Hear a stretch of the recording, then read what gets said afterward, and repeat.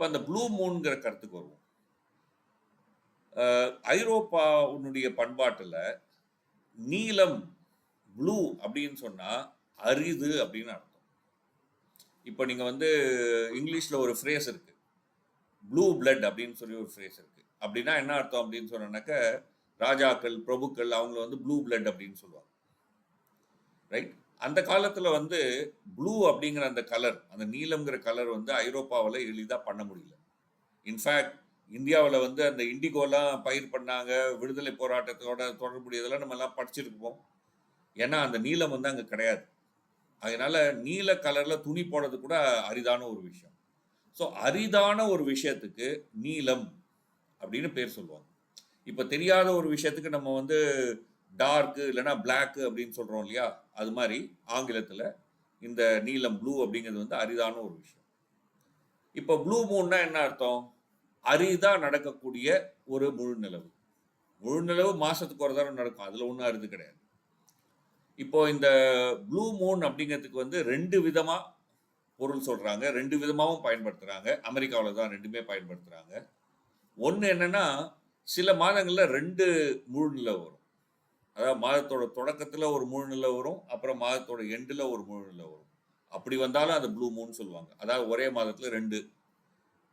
தமிழ் மாதங்கள்ல வராது.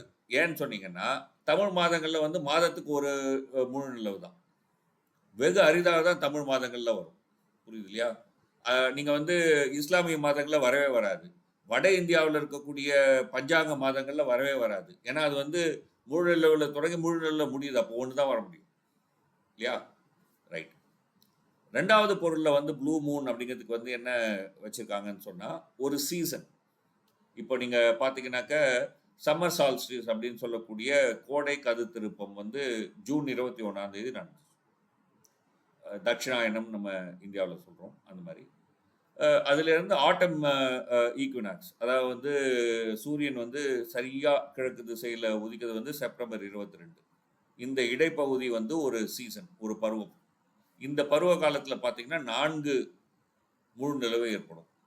June 22, July 21, August 19, September 18.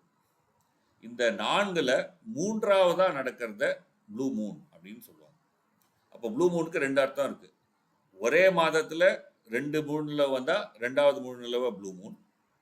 ஒரு சீசன்ல, ஒரு பருவ காலத்துல 4 வரக்கூடிய முழு நிலவுல 3ஆவத ப்ளூ மூன். சும்மா பெயர் தாங்க. முதல் ப்ளூ மூன், 2வது மூன், 3வது, இதுக்கெல்லாம் ஒன்றும் ப்ளூவாலாம் ஒன்றும் தெரியாது. இதுவும் ஒரு அமெரிக்காவில் இருக்கக்கூடிய ஒரு பண்பாட்டு பழக்கத்தினுடைய ஒரு விஷயம்தான்.